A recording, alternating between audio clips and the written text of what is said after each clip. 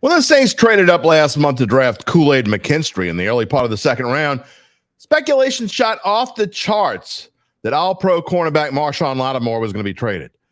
The team then seemed to cautiously reject the notion that would happen, and now we're hearing all is right in the relationship between Saints head brass and Lattimore. Dennis Allen said Tuesday he had a, quote, positive conversation with the mainstay in his defensive backfield and that he fully expects him to be back in New Orleans for mandatory minicamp next month. While Allen clearly believes Lattimore will be wearing black and gold when the Saints host the Carolina Panthers on September 8th, the question is, should we believe it? We'll get the perspective of WWL-TV sports director Doug Mouton, along with his thoughts on the Saints' schedule and whether they can navigate the incredibly tough early stretch. We'll talk about Alvin Kamara. We'll talk about the offensive line. We'll offer live updates on LSU baseball and talk about the Tigers' chances to make the NCAA regionals. All coming up next on the Dattitude podcast. If you're looking for the latest scoop and in-depth interviews on the Saints, the NFL, the Pelicans, LSU, along with the best bets of the week, then lucky you. Along with high-powered, in-the-know guests who cover our teams, Jim Derry brings plenty of Dattitude. And he'll always tell you the way it is, or at least the way he thinks it is.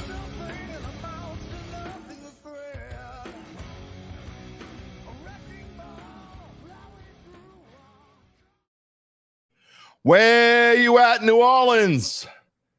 And hello to my friends elsewhere, everywhere, out there who are mentally preparing themselves on this last day of school. Is that you? I'm telling you. There are a few days on the calendar I look forward to less than the last day of school. I love my kids. The 10 weeks of bickering between a 12-year-old and an 8-year-old, I can't wait. Can't wait. But we always look forward to Dattitude, and this is episode number 242, presented by Evangeline Securities for a Wednesday, May the 22nd, 2024. I am your host, Jim Derry. We're doing all kinds of things this morning, monitoring the LSU game here on one TV, trying to watch 8 different things at one time. Whether you're watching on one of our NOLA.com social media channels or listening to the podcast, as always, I thank you for being a part of the Dattitude family. Right now, LSU, Kentucky, Tigers lead it 2-0. If you live under a rock and you're not paying attention, the Tigers lead it 2-0 in the bottom of the 5th. Luke Holman just hit a batter to start the bottom of the 5th, so that's where we are. The third time in the ball game that the Tigers have allowed the leadoff runner. So Holman, maybe not as crisp as Gage's jump was yesterday. I don't know if they're reviewing a call right now. They're showing a pickoff move at first. But anyway, we will be talking about LSU throughout the broadcast, trying to keep you up to date. As always, if you are watching live, you can be a part of the show. You know how to do it. You just type in your comment, whether it's on X, YouTube, Facebook, whatever it is. Type in your comment. We'll see it on the screen here. And I will see it, and we will put it on the screen, and we will ask the question to Doug Mouton later on, or talk about your comment, whatever it may be, live throughout this show. If you're a listener on after the fact or in any number of places, whether you get your podcast on Apple, Google, Spotify, you can send in a comment via jderry@theadvocate.com. And a reminder to subscribe to our Dattitude YouTube page. Click the little bell to receive notifications when we go on the air live. All right. This morning, we are going to talk. It's going to be mostly Saints this morning. We will update you about what's going on with LSU. Is this a must-win? I don't think so. I think they're in, but I tell you, the South Carolina victory yesterday was not great for LSU. South Carolina, the 10 seed. How many teams they're going to take from the SEC is my question. Some are saying 10, as many as 10. I don't think it's going to be 11. So it may come down to, if LSU can't win a game in this tournament, again, they're in great shape right now, up 2-0 in the 5th. Luke Holman at 81 pitches, so he probably won't be around too much longer. But yesterday's win against Georgia, getting them into that top 8 in the SEC tournament does matter. But again, 10th seeded South Carolina. Good thing Ole Miss lost last night. That helps. 2 outs in the bottom of the night. If you didn't see it, the games yesterday, were the first three were pretty much routes. And then last night, bottom of the ninth, wow, Mississippi State with a 2-run bomb with 2 outs. That helps LSU because now you don't have to worry about them Ole Miss anymore. They're done. So that's one less team to talk about. I think LSU's in. I wouldn't call it a fait accompli, but I think they're pretty damn close. So we'll talk about that. Today's extra point, 2 first bases you see there at the bottom of the screen. A double first base. I have some thoughts on that. That is today's extra point. But let's talk about the Saints as we wait to bring in Doug Mouton, who will be in just shortly. Talking about Marshon Lattimore. We're going to talk about Alvin Kamara. We're going to talk about the offensive line. Interesting developments at OTAs. Does it mean anything? I don't know. I don't know if it means anything that Fawanga was practicing at left tackle and Trevor Penning's practicing in right tackle. I think it's just as much of getting Fawanga some reps at left tackle because you don't know if you're going to need him there or not. Does it mean Trevor Penning's going to start at right tackle? I don't know, man. I saw a post yesterday, Ian Rappaport, talking about David Bakhtiari, and he's getting healthy. The top free agent remaining at tackle. I think the Saints need to make a phone call. I think they need to try to sign David Bakhtiari. Maybe they are, maybe they aren't. But I think it's very important that they try to. We'll see whether they do or not. Before we get into all this and dive into it further, let me tell you some more about our friends at Evangeline Securities. By now, you are beginning to know a little bit about Nick Braden and Ron Hemelt, the managing directors at Evangeline, which is a local company founded in 2014 looking to help those who are beginning to think about selling their small to mid-sized business. Is this you? Is this someone you know? Maybe it's your nephew or niece. Maybe it's your best friend. Hell, it could even be your auntie's second cousin thrice removed. I don't know. If someone who is important to you is thinking about the rest of their lives, they'll want to know about Evangeline Securities because there are a few companies in Louisiana who do what they do. Let's say grandpa built your business and then your dad took over.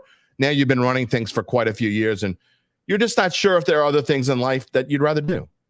That's you? That's someone you know? Check out Evangeline Securities. There aren't a better group of people who can inform you of what your options are better than Nick and Ron. They are fully licensed, registered brokers who grew up in New Orleans, graduated from some of the finest business schools in the country, and spent many years in the Big Apple business world before coming back home because they care about people like you who are ready to turn the next chapter of your life. I will tell you how they can do that, and will remind you they don't make a dime until you have your future settled. So hang on a little bit, and we will finish the story before we get to the extra point. Meanwhile, check them out at www.evangelinesecurities.com. Also, what about the schedule for the Saints? We talked about it over the course of a couple shows now. We're going to continue to discuss it with several guests before we get to September 8th. Next week, I told you already, Adam Chernoff's coming on. Just a fantastic, knowledgeable guest who died. Some of the things he's talking about, adamchernoff.com, you can check it out. One of the top handicappers in the country. There's no question about it. And if you don't know who he is, you want to check him out because I think you'll be interested. And he gets into, I said this the other day, he gets into Klint Kubiak's offense and what the changes will mean for the Saints. Will it mean more of a running game? Will it mean Alvin Kamara is going to play an even larger role? We've already seen yesterday Taysom Hill working at fullback. Is that going to be a big deal? We know how big the fullback. Think of Kyle Juszczyk for the Niners, and what a big role he played for them. So is that maybe more of what Taysom's going to be? Obviously, with a little bit more speed than Juszczyk. I think that it could be. So we'll see. Let's talk about it with our guest. One of my favorite guests. Always to bring on the show here. Doug Mouton, how are you this morning? Hey, I'm good, Jim Derry. How are you? I'm doing pretty well considering it is the last day of school and the kids are about to drive me nuts, you know? Well, my wife's a teacher, and it is her – what's today, Wednesday? Yeah, she's got one more day tomorrow, and then, woo! Look, when she's home, life gets easy. We eat better. She does laundry. I don't have to. So, yeah, I do the laundry. Better beginning in 2 days. I think principals and teachers and for the most part, are probably the only ones that are really thrilled about school getting over with. But whatever. I guess so. And spouses of such. Update on LSU. They are in the top of the 6th inning. LSU still leads at 2-0, and we will be talking about updates throughout the show. Even when we get into the Saints part of the show, we'll still give you some updates. All right, Rocky, I see your comment. We are going to talk about the Saints in just a minute, but I do want to touch on LSU first. Obviously, a big 9-1 victory yesterday in the single elimination part. A huge game against Georgia. Gage jump was outstanding. I thought the offense did what they needed to do, even though they left some runners on base. Doug, getting it done in yesterday, Tuesday, it's probably a must-win. Yeah, well, it was a borderline must-win. I think they had done enough without it, but obviously getting it is great. Look, the difference in this team, especially in the last 2 weeks, has been the pitching. If they give up 2 runs or less a game, they're going to win a lot of games. And actually, if you check Major League Baseball draft boards, both Gage Jump and Luke Holman are climbing rapidly up draft boards. They both look like second-round draft picks right now, both with arrows up. And look, you see them sort of settling into the meat of the season. Pitching has heated up as we have heated up in temperature. The two of them have been the difference, and the bullpen's been excellent. And if they keep pitching like this, they can make a run, Jim. I mean, they have enough offense. The offense obviously isn't what it was last year, but man, they have got 2 legitimate aces throwing like it. And if the bullpen's throwing like it is right now, they can make a run. I mean, we're seeing it. Obviously, we saw the sweep last week. We saw it yesterday. We see what's happening today. Things are looking good right now, which is honestly shocking from where we were a month ago. Luke Holman got himself out of some jams this morning so far. Again, in the 6th inning, LSU up 2-0. If they win this game against Kentucky, they will be playing in the winners bracket, either against Arkansas or South Carolina, and that's all you can ask. Interestingly, if they lose, if for some reason they were to lose this game, I know, think positive, Derry. If they would lose, they would play again at 9:30 tomorrow morning against the loser of that same game. So this 9:30 crap, I don't know about all this stuff. Yeah, I'm not great with 9:30 a.m. ball games, but look, it worked yesterday, that's for sure. It did, and so far it's working this morning. One note that I do find interesting, and I talked about this Monday with Koki Riley, who covers the LSU baseball team for us here at The Advocate, is the odds. And before the sweep of Ole Miss, LSU odds to win the College World Series were plus 2,500, which means 25-1 in essence. But then after the sweep, they jumped to plus 4,000 very briefly, 40-1. So after they swept Ole Miss, they went up that much. But then winning that elimination game, obviously Vegas thinks that LSU is a lock for the tournament because they cut those in half, back down even lower than they were before. They're now 20-1, which I think is absurd, by the way. I think that's an absurd number for a team that's going to be probably a 3 seed in a regional.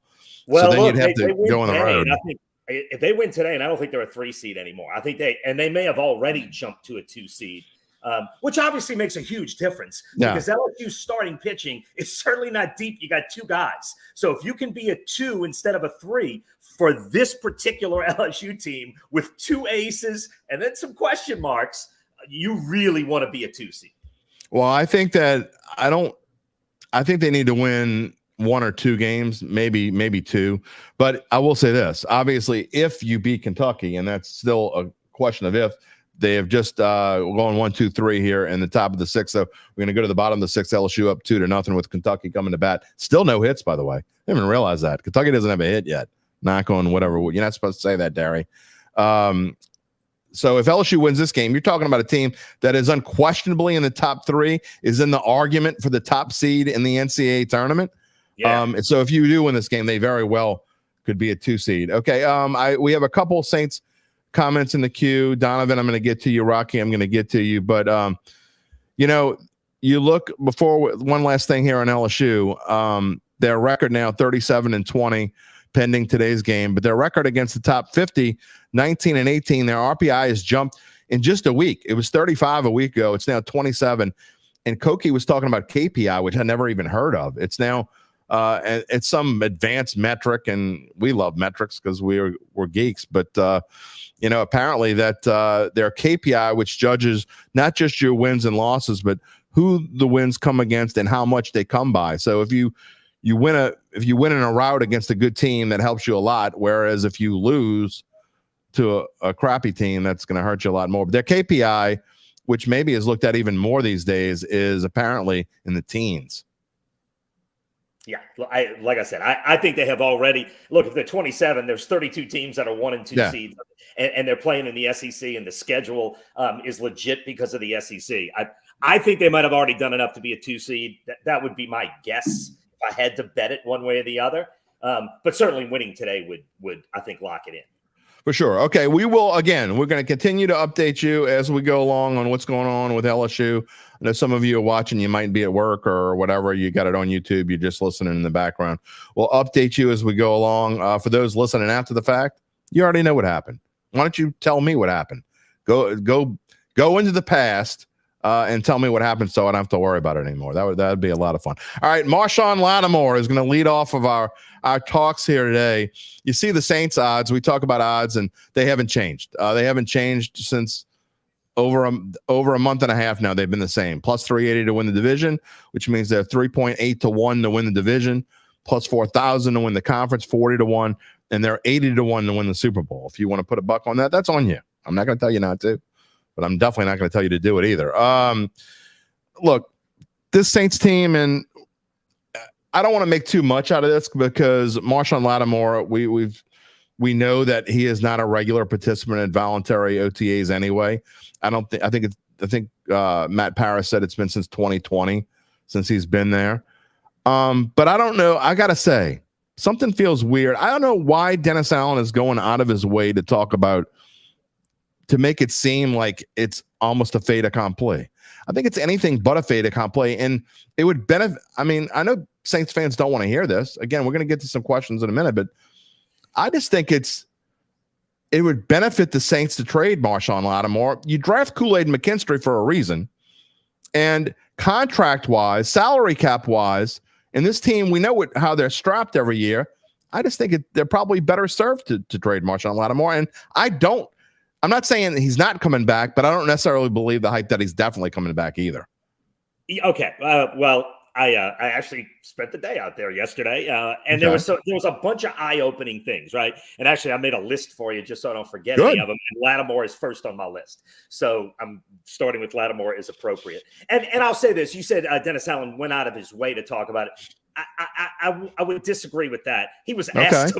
He was asked specifically about Lattimore like 5 times. So he couldn't avoid it because the Lattimore questions kept coming and coming. Okay, look, I agree with you 100%. It feels weird. Something about it just feels weird. Now, I will say drafting Kool-Aid McKinstry, and the night of the draft, Dennis Allen was asked about Lattimore in relation to Kool-Aid McKinstry, and he said it's just a position where you can't have enough guys, and he's right. And I agree. We play a ton of snaps. I mean, look, Isaac Yiadom, who is no longer with the Saints, who in theory started the year as the number 4 or 5 cornerback, played a boatload of snaps. So the number 4 guy is going to play. So drafting Kool-Aid, yes, you can look at it in relation to Lattimore, but you can also look at it as this team, you constantly need cornerbacks, and you need to replace Yiadom, who had a really good year for a guy they sort of got off what I would affectionately call the NFL scrap heap. They got him off of that, got a 1-year deal. He played well. Kool-Aid will take that spot. I think they thought they were getting a good talent, a guy they can, have for 4 years at a good value. But again, it also feels weird with Lattimore. Now, what Dennis Allen did say yesterday was that he called Lattimore, and he called him because of the rumors that are flying about a trade.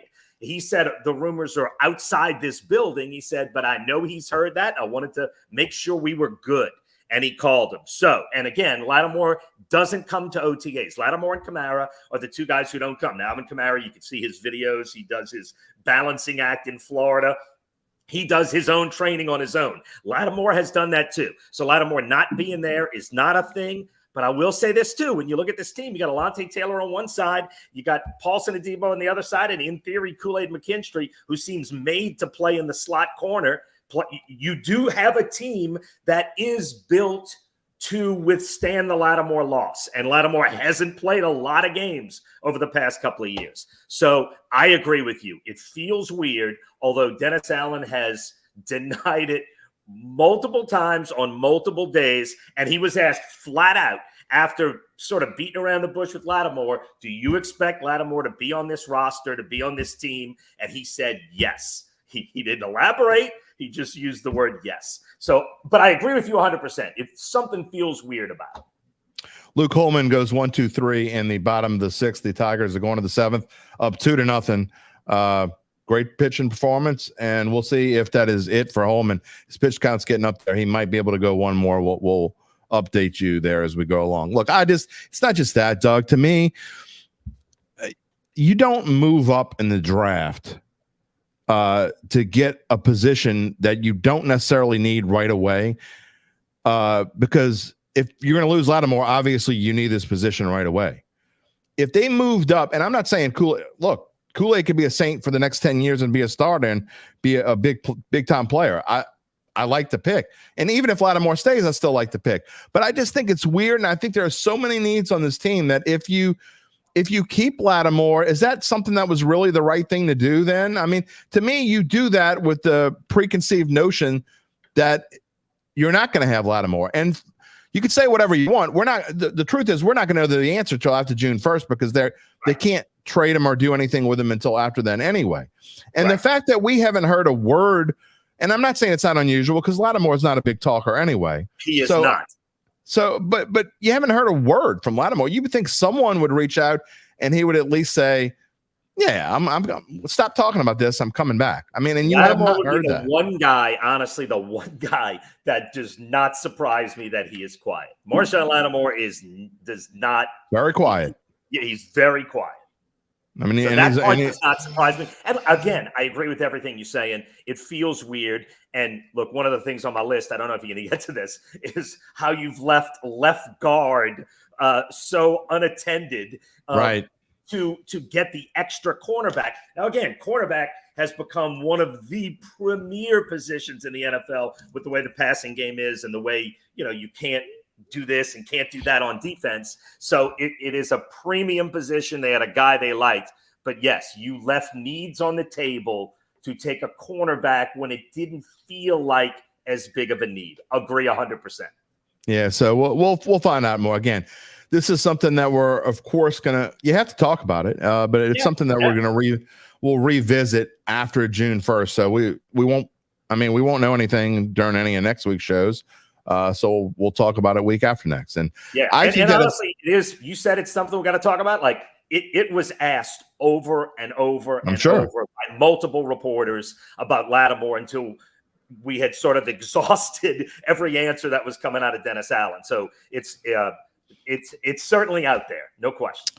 And I do think, I will say this, I think if it's going to happen, they're already working on something and it would happen early. So I don't think it's not going to be like it's going to last into the middle of June because other teams have their OTAs. And if they trade for Marshon Lattimore, they're going to want to get him there. So so that's something that I think that would happen June 1st, 2nd, 3rd, somewhere around there. We would know in a hurry. Rocky says, I don't see how you sideline these other guys, Adebo, Taylor, Kool-Aid for Lattimore hasn't done anything. Oh, I wouldn't go as far to say he hasn't done anything. I mean, if Marshon Lattimore's on this team, I don't think there's any question that he's the best defensive back on this team. I mean, Marshon Lattimore's been a great player when he's been on the field. Now, look, when he's been on the field, exactly. I get that, and I the best ability is availability, and he hasn't had that the last 2 years. But he's been a great player his entire career since he got here when he plays. And when Rocky, we're going to get to your other comment, and Donovan, also your question in just a minute too. But these OTAs are always weird, Doug. You see weird things. You see things that you're not going to see during the regular season. But I think that maybe yesterday we did see things as we kind of changed the topic. I'm going to leave this slide up on the screen for now, but. One of the things that struck me, and I'm kind of going out of order on my list, but seeing Trevor Penning playing right tackle yesterday and Fuanga at left tackle, I found that is an interesting development. Now, that just may mean, look, we want to get Fawanga as many reps at left tackle as possible because he's a right tackle by nature. So as many reps you can get there in case you need him. But the fact that Penning was at right tackle, maybe it does say something. Maybe it doesn't. Yeah, look, that's number 3 on my list of observations. It was number 3 on mine too, but I decided to say it now. Well, Taysom was number 2, and you already brought that up, and then Kubiak is number 4. And those were the 4 things that I find myself watching and fascinated with. Offensive line as a topic, and like I said, we can get to left guard if you want, because I find left guard fascinating. But what they did at tackle, okay, Trevor Penning has naturally been they flopped the 2 of them. They put Fawanga has been a right tackle. Penning has been a left tackle. They flopped the 2 of them. Fawaga's working at left tackle. Penning's working at right tackle. One theory that I believe may be the case. Look, we don't know if Ryan Ramczak's playing or not. My theory is that maybe Ramczyk, they've gotten more of a positive review of Ramczyk. That maybe they think Ramczyk will play or at least might play, or at least there's a better chance he's going to play. And if Ramczyk can play, then getting your best 5 on the field means Ramczyk at right tackle, which has always been his spot. And that's why you're working Fawanga now at left tackle, because you want him ready at left tackle if Ramczyk is ready. That's one theory, because you're not going to play Ramczyk and Penning. You're playing Ramczyk and Fawanga. Obviously. So that's why Fawaga's got to get work at left tackle, because Ramczyk's the right tackle, period, if he plays. Dennis Allen said, now he was asked about Penning. He didn't volunteer this. He said they felt like it was good for Penning with a new coaching staff, sort of to give him the new beginning from the new side, start from scratch, erase what's been crap for the last couple of years, start over on the right side and go from there. Believe that if you want. There may be some truth to that. And it may also be, if the Ramczyk theory is right, that now you get Penning reps on both sides and he becomes your backup at both sides. I think I just think everyone would be super surprised if Ryan Ramczyk. I agree. Not only ready for any part of the season, but certainly for opening day. Jerry's saying hello. He's in the house as he usually is. And Jerry, you might want to go back and listen to what we're saying before you joined us, because Glad Lattimore's staying. I'm not so sure, my friend. Yeah. I don't know, and I don't even know whether I hope he stays or not. I'm really on the fence. So I'm not gonna go back to Lattimore because we spent a lot of time talking about him already. But Rocky sent in a comment from earlier. It says David Bakhtiari signing is a must. Plug in right away. Only benefit Penning in the long run. That's another reason why. Look, I think that signing a left tackle is still a must. I really do. Look, they went out and signed a free agent, a guard that played for the Bears for the last 2 years.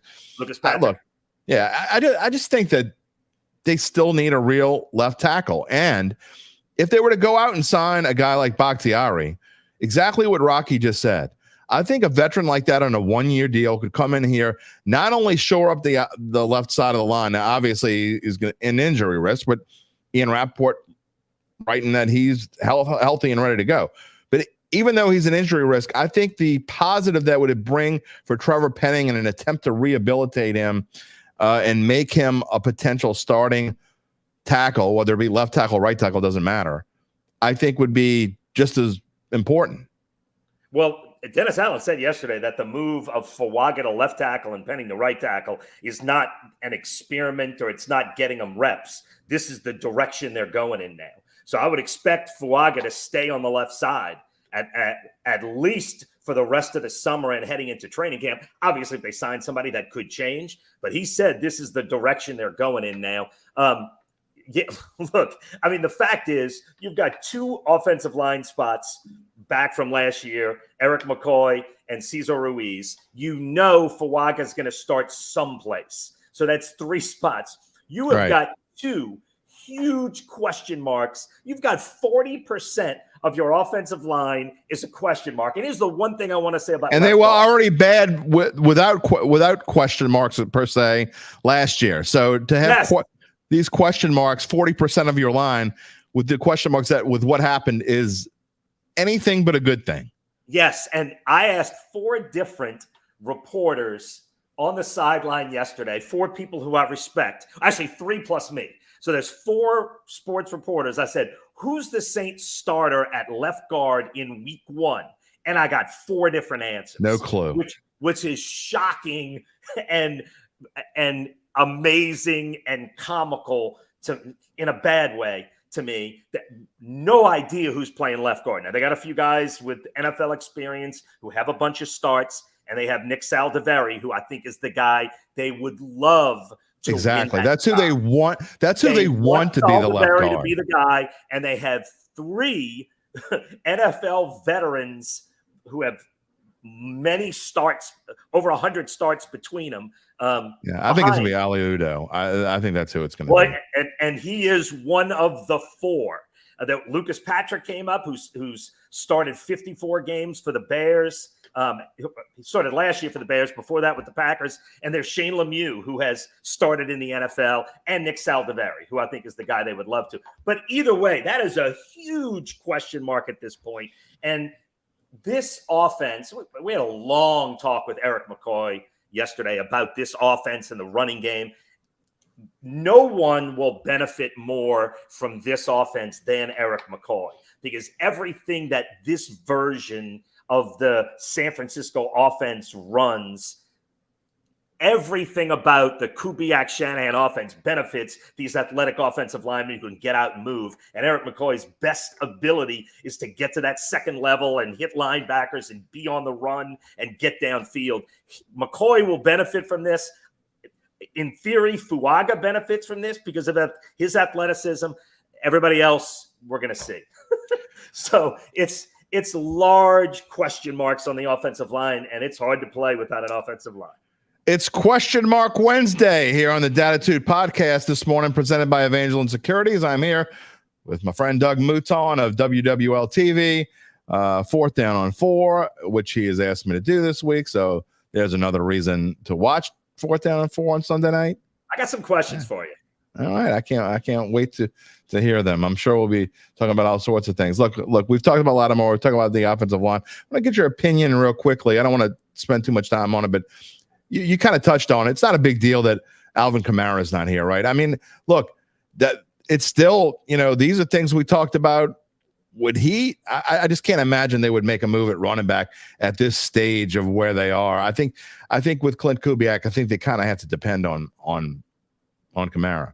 Well, honestly, I have Kamara on my list, but I'm with you. I don't think it's important enough to talk about. Alvin Kamara doesn't come here. He has his own training that he does every year, that he Tommy White up at the plate, 1 out, 2 runners in scoring position. LSU looking good, and this team is ridiculous the way they've turned it around. Yeah, look, Kamara does his training. If you watch him on any social media, he shows these crazy balancing routine that he does. It has worked for him. It has kept his career going. Look, you'd love to have him here because it is a new offense for the first time in his career. We've got a new offense coming in. You'd love him to get it. But Kamara, as much as anybody on this roster, it is a brilliant offensive analyst. Like, Kamara gets what they're doing. Kamara could explain Sean Payton's offense like nobody else in the locker room. I feel like Alvin Kamara will pick up this offense in about 6 minutes and be just fine in this offense. And obviously, the emphasis on the running backs, getting in space and getting out to the outsides and getting in the passing game. Everything about this offense seems built for Kamara. I certainly think, of course, Eric McCoy said it best. Someone was asked, does this offense fit Alvin Kamara? He said, let's just be honest here. Any offense fits Alvin Kamara. Yeah, like I said, Eric McCoy was so much fun just to listen to for about 20 minutes yesterday. But, Doug, you also have to be realistic that Kamara probably only has 1 or 2 really good years left in the tank. I mean, we all know. Let's again, the word realistic. He's going into a year where he's going to be 29 years old, 30 in 2025. Running backs don't get better when they turn 30. I get that, but I would use the same analogy that I did with Drew Brees when he was getting up into his late 30s. I'd ride that pony as long as you can. Oh, I'm not saying they shouldn't. I'm not saying they shouldn't. I'm just saying let's get on that horse and ride until he can't do it anymore. And last year, I don't think he showed signs that he couldn't. And I think this offense, in theory, is better built for him because it's less between the tackles. It's more in space. It's more with offensive linemen running out in space too, which I'm super curious to see. And Ryan Ramczyk, if he is coming back, maybe that's not what he does best anymore. I don't know. So let's see how it all fits. But from Kamara's standpoint, I think it's made for him.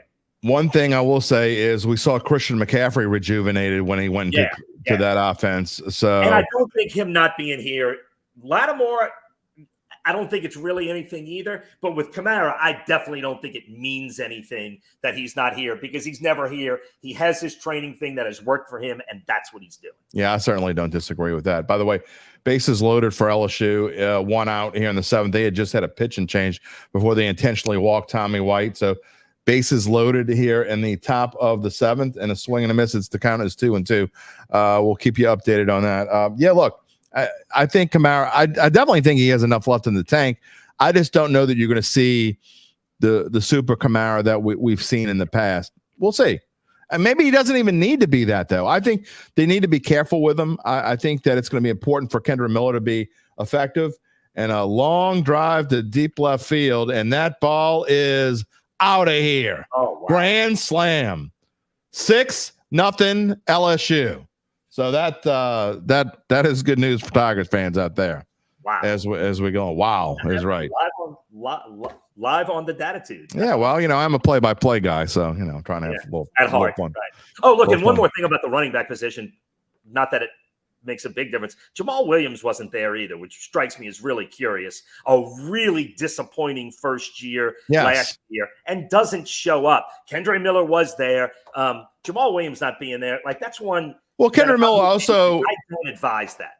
Not only was he a rookie, Doug, but he was injured for a lot of the season. Yeah, I think you saw towards the last game. Yeah, he did. Not just the last game. I think you saw that he could be you saw a different side. You saw different signs at different parts of the season that he could be effective.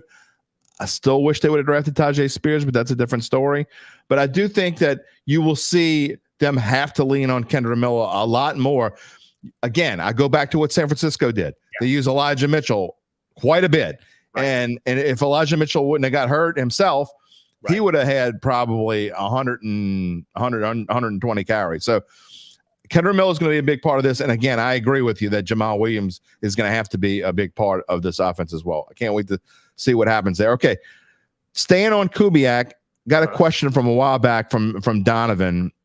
I'm interested to get your take on this.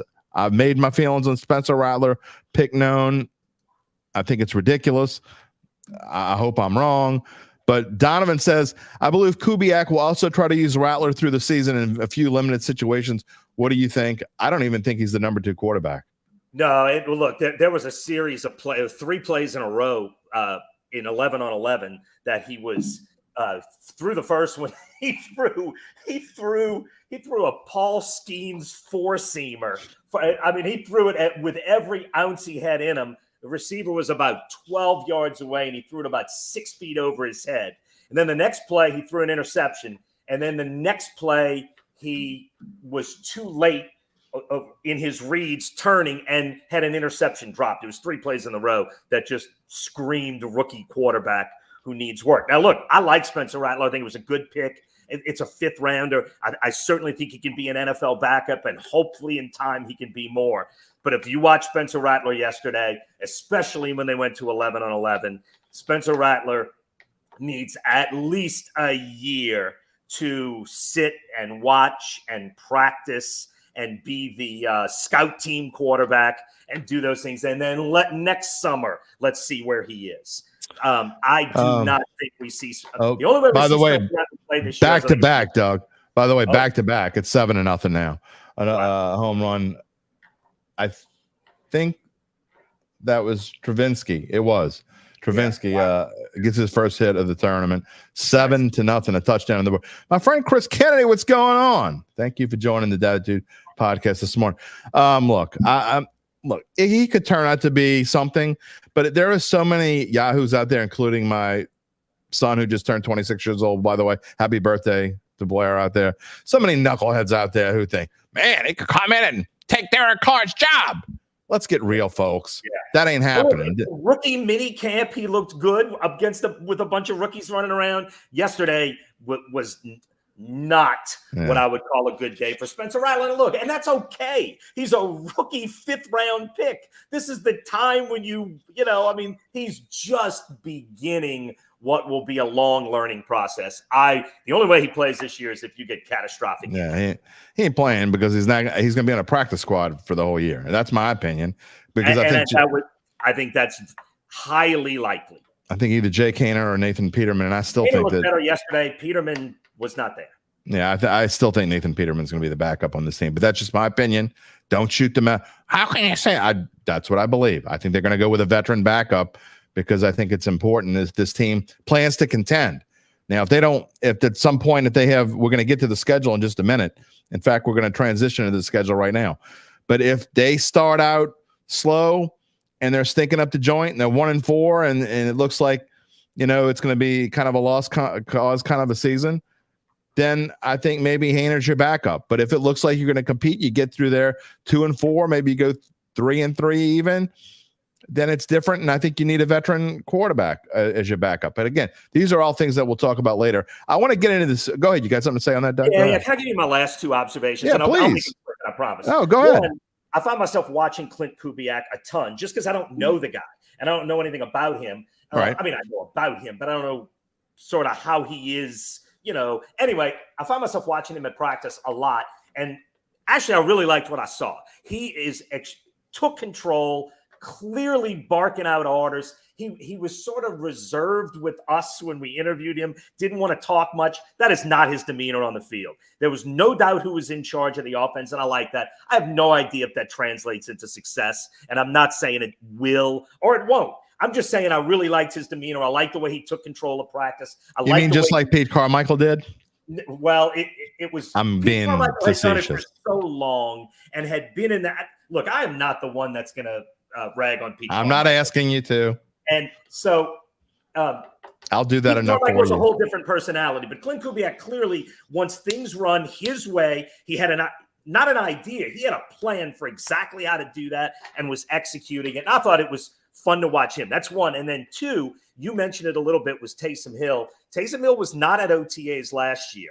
I found it really interesting when I first got there. He was one of the first guys I was looking for. He's number 7 out there.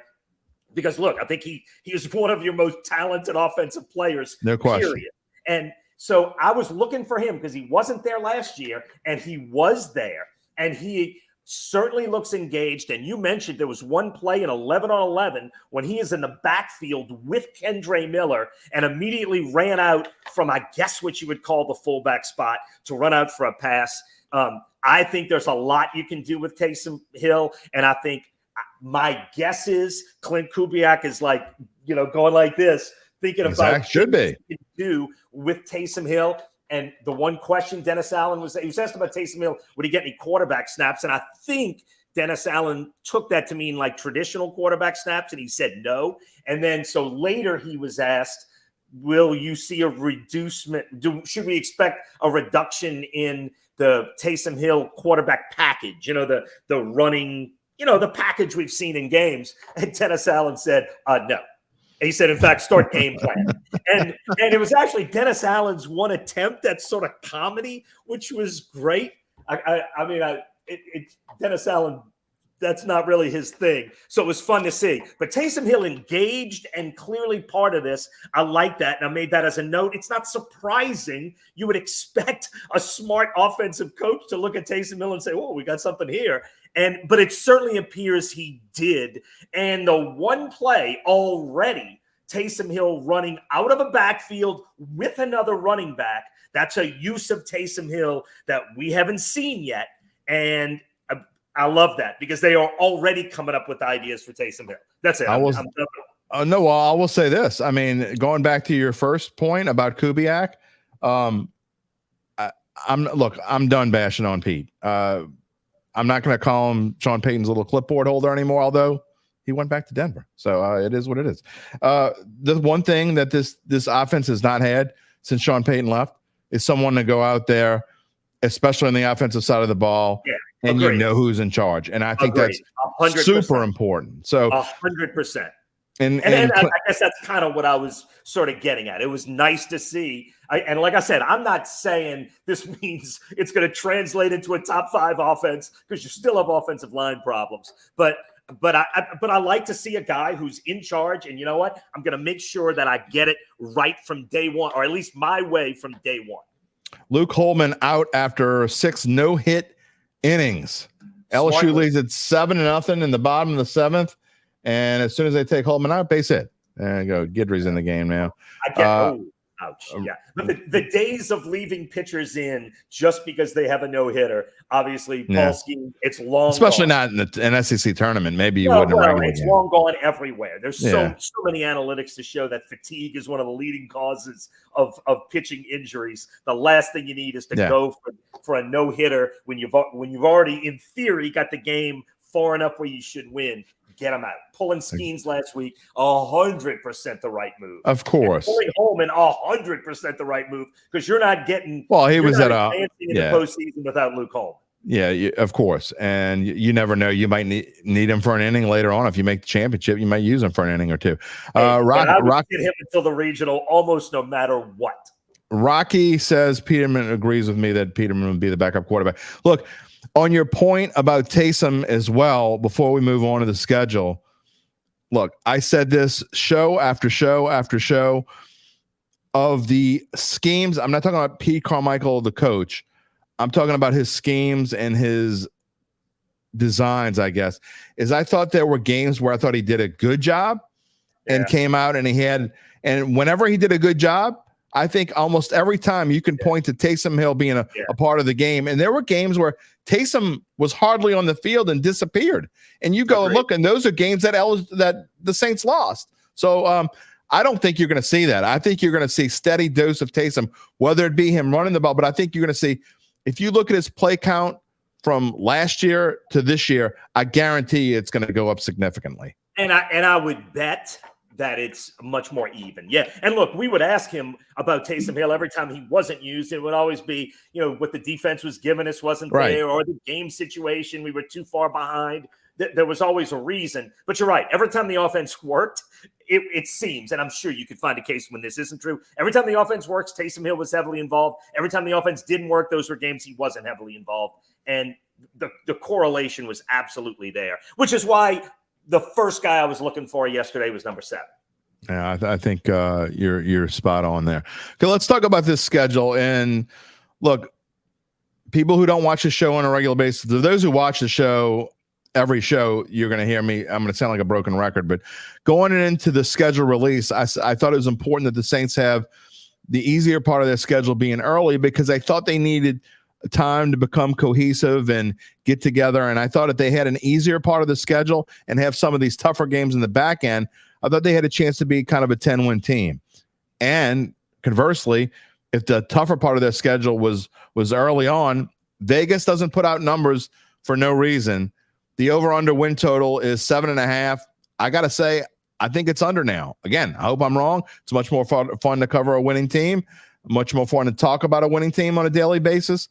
But, you go through this gauntlet after Carolina, which now, by the way, and coaches don't want to hear this, but Carolina now absolutely 100%, no question, a must win, or you can forget about the other 16 games. That's where we are. But after Carolina, you're talking about at Dallas, Philly, at Atlanta, at Kansas City on a Monday night, Tampa Bay, the defending division champs coming in. I mean, if you could somehow find a way, if you go through that 3-3, then you got a great chance to be really good. If you go through a 2-4, okay, you can live with that. You can find a way. But I just don't know that this team can't come back from a 1-5 start. Yeah, well, look, I had the schedule broken up slightly different. If you see after week 5, the Kansas City game, that's where I put the line because I think Tampa is about where the Saints are. I think that's a 5. But if you look at those first 5, they're going to be underdogs in 4 of those 5. And to me, I'm thinking if you could be 2-3 after the first 5, you'd probably. If you find a way to be 2-3, you're in decent shape. That's what I mean. And man, you're right. It is so stacked early. And then once you get to Tampa Bay, which I think is certainly a winnable game at home in week 6, wasn't last year.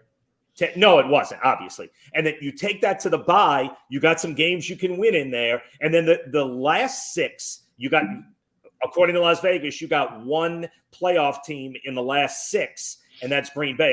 Although I think the Rams might be a little undervalued. I completely agree.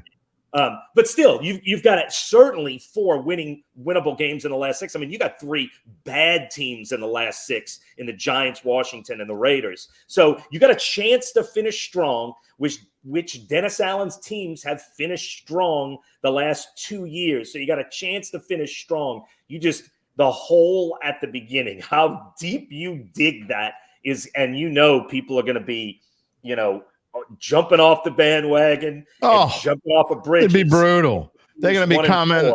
I'm not going to be able to show all the comments on this damn show. I know.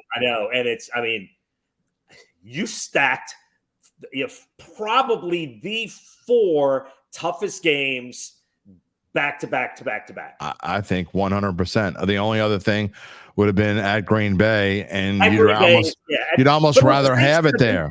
At Green Bay last year. Right. And I know Green Bay got better, and I know they were the youngest team in the NFL. Green Bay is certainly scary in the back end, especially on a super cold night the week of Christmas. But, maybe you could put that one in there. But look, at Atlanta, it might be the biggest game of the year if you pulled out one. No question.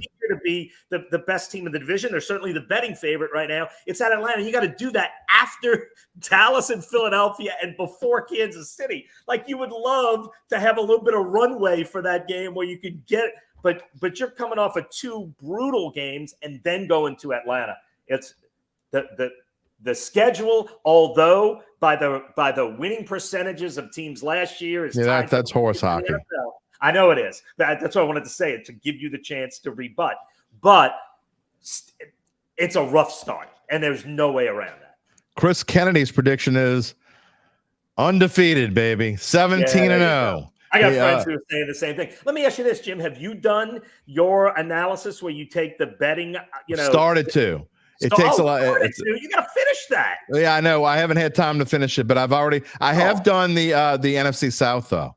So, by the way, Atlanta's schedule, according to and basically what I do every year for what Doug's talking about is, and I'll try to finish it before I come on. Brilliant idea, actually. It's much better than using winning percentages. 100%.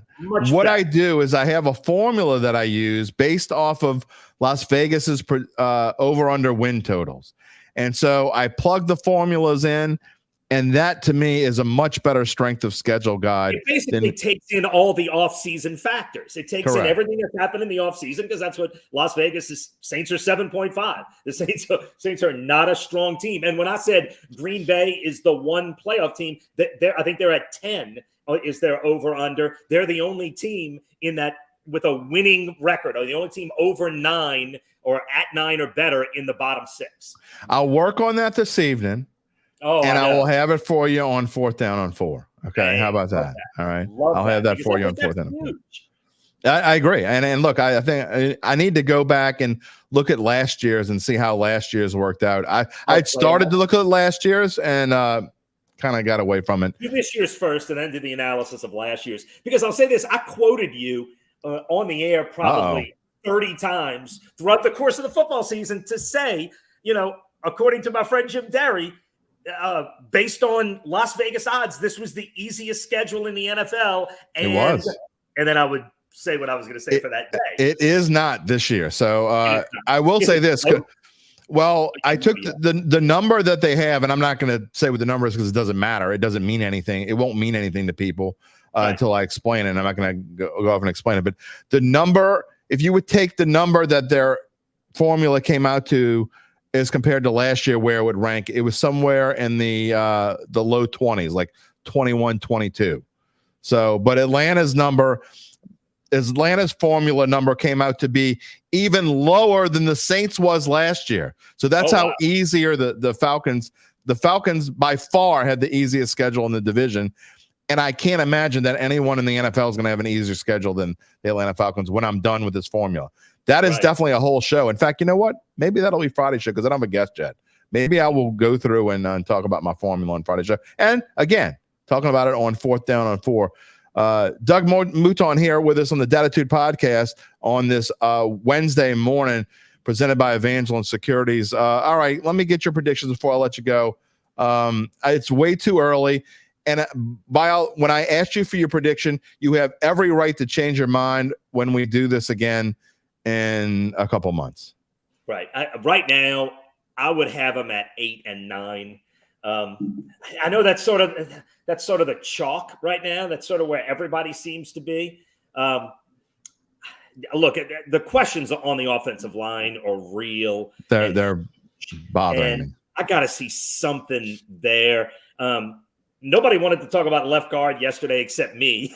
I asked a few questions about it. I was the only one, but you can't have a hole on the offensive line. The Saints would love to have Nick Saldiveri play. Right now, you've got a hole at one of the tackles. I think Fuaga is going to be a good player, and I do think they drafted a guy for Klint Kubiak. Fuaga's crazy athletic. 100%. And the one thing about Trevor Penning, although he has not been a good NFL player, is that he is really athletic for his size. Maybe there's some version of this offense that in a running game can get his feet moving and get him in space. And I'm not saying maybe even as an extra blocker, there are things you can use Penning for, because the one thing he is crazy athletic. It's why he was a first-round draft pick. It's why everyone thought he'd be a first-round draft pick. This offense is sort of built for Penning. There seems to be less traditional pass plays, and Eric McCoy said that too. Less traditional pass plays, which is what Penning struggled in the most, were traditional pass blocking sets. There's a lot more getting the quarterback on the move, getting the quarterback out of the pocket, play action kind of stuff. Maybe there's a use for Penning, but there's so many questions on the offensive line. I can't give them a winning record at this point. No. But again, I reserve the right to change my mind. Sean Fazan was talking about left guard when he was on the show. Was it last week? I said not talking about it. I meant yesterday when we're asking questions. There's a million Lattimore questions. There's Taysom Hill questions. There's Kamara questions and questions about Penning and Fuaga spots, but nobody asking about left guard. The word of the day is question. And there are so many question marks. How can you not realistically think this team is not going to have a good year? I mean, look, again, I wish no ill will to. I know there are goofy. I'm not going to be super mean here, but if you're a fan and you're hoping they stink so they get rid of Dennis Allen, you have issues in your life, okay? Because going through an entire season, that does you no good. If they win, just because they don't get rid of Dennis Allen, they're winning. You want him to, so you root for him to be successful. It doesn't make any sense not to root for him to be. I don't like Derek Carr, and I don't like Dennis Allen. It doesn't make any sense. You don't root against your team. Let me say this too. We've had 16 head coaches. I think 16. Is that the right in Saints history? I think that is correct. And is it 15 or 16? But anyway, it's in that range. And look, we've had 3 that have brought any kind of real success, and Jim Haslett, borderline real success. Jim Moore first winning, and Sean Payton brought a lot of success. But my point is, the odds are a lot better that you're going to find a coach that's not going to, like, just because you get rid of Dennis Allen, there's no guarantee the next guy is going to be exactly. So, you talk about that number of coaches. 2 of those coaches, Mora and Payton, obviously, that's like 25 years of your franchise. You've only been around for, what is it? 57 seasons of 50, whatever it is. I mean, 58 seasons. So to have 14 coaches in those other 30 plus seasons, that's not good. That means every other year you're losing one. I mean, John Meekham's gone, but still, I mean, it doesn't make any sense. You just don't root against your team, and no matter how much you don't like your coach. I would love this team to be 14-3. I'm just not seeing a lot of evidence that that's possible. I mean, look, even beyond the questions, Derek Carr has never been better than an okay NFL quarterback. I don't agree with that. You have questions at defensive tackle. You lost Malcolm Roach, who was incredibly productive, and I don't know what your run defense is going to look like. Like, you've got questions. Your set of receivers, I don't know. It looks other than your defensive backfield, which there's a question there too, because we're talking about Lattimore today. So obviously there's a question in the defensive backfield. But, all over the place. Yeah, there's no question that there are questions. How about that? Update: LSU in the top of the 8th, leading 7-0 over Kentucky. Barring something very strange. If they win this game, then they will have beaten in the first 2 games of this tournament, 2 of the projected top 8 seeds in the NCAA tournament. Georgia yesterday is projected to be number 8. Kentucky, I saw by D1 Baseball, projected to be number 1. So whether they're 1, 2, or 3, and they're one of those, whether they're 1, 2, or 3, LSU now has a chance, and not just beat them, but beat the hell out of them. So I agree, Doug. Maybe they'll be a 2 seed, but we'll talk about. If they hold on today, and look, the beautiful thing about Jump and Luke Holman is that you've got the whole bullpen virtually ready to go. So you put a guy in, like from here on out in this game, you put a guy in, he walks the first guy, get him out. Well, you're going to learn a lot about the rest of this pitching staff.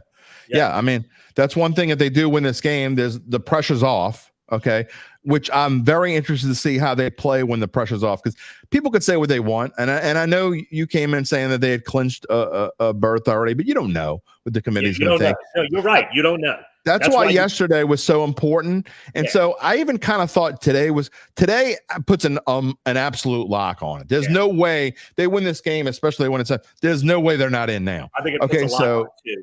And I no matter what, I'm not pitching Jumping Holman again. You can't go anywhere without that. No matter, because winning the SEC tournament, that'd be great. But it's not going to mean anything. Look, your goals are bigger than that. And to get to the bigger goals, you need both of those guys. I wouldn't pitch him again, and I'm pretty sure Jay Johnson isn't either. Okay, so if LSU does go on and finish this off, they have runners on first and second now, up 7-0 in the top of the 8th. They would face the winner of the Arkansas versus South Carolina, the 10 seed, which had an upset victory yesterday. That game would be in the early afternoon. So LSU would play the 3rd game of the tournament tomorrow afternoon, so they wouldn't have to play at 9:30 in the morning. That would be nice as well. All right, so Doug says 8-9. I'm saying right now, I'm going to say 7-10. But again, we all reserve the right to change our minds. Doug, I will see you Sunday on a 4th down and 4, and I will have that schedule formula for you, and we'll discuss it. Yeah, absolutely. I can't wait. Thanks, Jim. Thank you. My friend Doug Mouton, always fun. We like to give each other the business. We're in the same fantasy baseball leagues. I'm only in 2 fantasy baseball leagues, and one of them is run by Doug, and one of them I don't run it, but I'm the commissioner. It's kind of a weird we all run it kind of league kind of thing. But anyway, we have a lot of fun during baseball, and we'll see. Maybe it'll be in a football league. All right. Then we're going to move on to the extra point. Before we get to it, though, I want to continue my story very quickly. Hear me out. I want you to hear more about my friends at Evangeline Securities. I told you all about Nick Braden and Ron Hemelt, who came back home after many years at business school and a decade or so in New York. They stressed to me that they came back home to help the people who matter to them most here in Louisiana. They have offices on Poydras Street and in Lafayette. If you think it might be time to sell your business, or you're even wondering how to start the process or figure out what your business is worth, then you need to check out Evangeline Securities. They will sit down with you and go through your company and run a complimentary, detailed breakdown. Then they will run a free, extensive auction process among hand-selected investors from around the world. You fathom the whole around the world thing? Around the world. It's big. They'll do that with you. Find your best potential, most suited buyer. They will maximize the return price for you and your family, which hopefully will give you the security you need to either move on and do something else with your life, or you've been wanting to do, or maybe you just want to retire. That is the goal of the people at Evangeline Securities who can help you get to the goal line. Although they're probably not the ones you should ask to choreograph your end zone dance. The good news is you'll probably have enough money to hire someone for that. Check them out at www.evangelinesecurities.com. Another bomb. Tommy Tanks, 11-0 LSU. Holy smokes, as I say when I'm doing play-by-play. 11-0. Grand salami. Two. Count them, 2 grand slams in this game. Incredible. All right, moving on. Wrapping up the show with this. For today's extra point, we ask you a simple question. Is there such a thing in sports where silliness outweighs attempted safety measures? It's a legitimate question. It's one I asked because of something I saw first during Tuesday's LSU versus Georgia baseball game. If you're watching the podcast, you can see on the left of the screen, what is it, this way? Yeah, that way. That left, you Shaw graduate. See that? Looks like a box of spearmint Tic Tacs on a baseball field. No, it's not candy, and it certainly won't make your breath any fresher. That's first base, or rather two first bases, one white and one green next to one another. Throughout the SEC tournament, the conference is trying an experimental measure in which they are providing a second side for which base runners can run. I assume the green base, and another is for the fielder. Is this really necessary? Can someone tell me how many injuries we have each year with collisions at first base? I did a search on this. I found a few over the course of the past several years, almost all of them minor. Last year, we saw Major League Baseball make the size of all three bases larger, which seems way more logical to me. That was done as much for collision at other bases as well, mainly second, as much or more than it was done for first base. Now, some will say, Derry, you're a moron. If they can do something that makes the game safer, then why not? There he goes with that voice again. I know a lot of you hate that voice. I get emails about that voice. I still do it. My response to that is just because you come up with something you perceive to be a good idea in the name of safety, it doesn't make it so. Why wouldn't you adopt MLB's larger bases? It seems to me that would inherently move the first baseman further away from the base runner than putting a box of Tic Tacs on the field or two bases next to each other. Paul Gilly, SEC coordinator of umpires, spent 3 minutes or so during the broadcast trying to explain when to use the white base and when to use the green base. And I still don't understand it. Of course, I get that I'm slow and that the average college baseball player is smarter than I am, but it seemed awfully confusing to the announcers as well. I went and read a press release from the SEC, and I was even more confused. And I'm not going to bore you with the legalese, mumbo-jumbo explanation, but you can look it up and you can write me and tell me if you understand it. Gilly explained on the broadcast, quote, during an initial play, the fielder is required to use the white bag and the runner is required to use the green bag. So simply, we're talking about a ball in the infield.